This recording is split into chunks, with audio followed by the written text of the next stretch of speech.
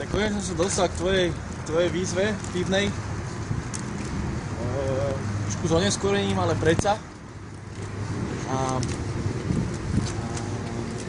Chcem sa ti poďakovať za to, že si na mňa spomenul pri tej sraničke.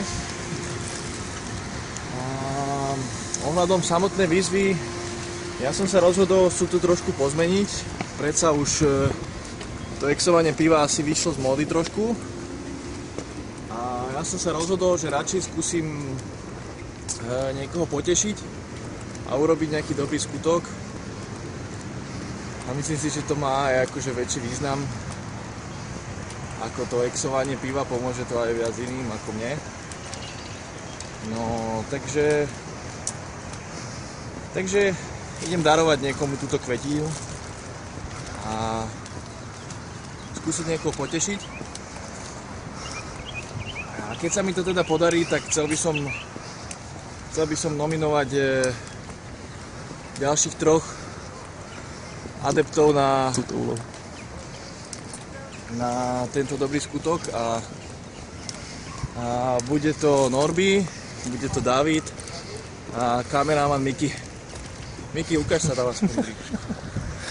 No, takže trest za nesplnenie tejto úlohy bude jednoducho taký, že sa nebudete cítiť tak dobre, ako keď spravíte nejaký dobrý skutok a potešíte niekoho.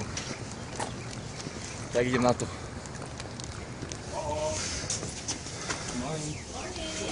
I hope you like Prowler Ladies. Oh, look at that. Just to make your day better. Wow. How cool is that? Aw, thank you. You're welcome. Jody, look at that. Oh my God. Wow.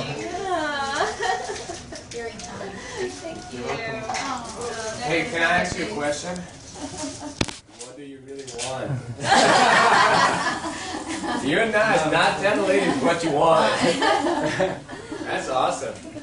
What a gentleman. Tak pokračuješ. No, tak som rád, že ma slečne neposlali do keľu s tou kyticou a aspoň trošku sa potešili a teším sa na vaše videá.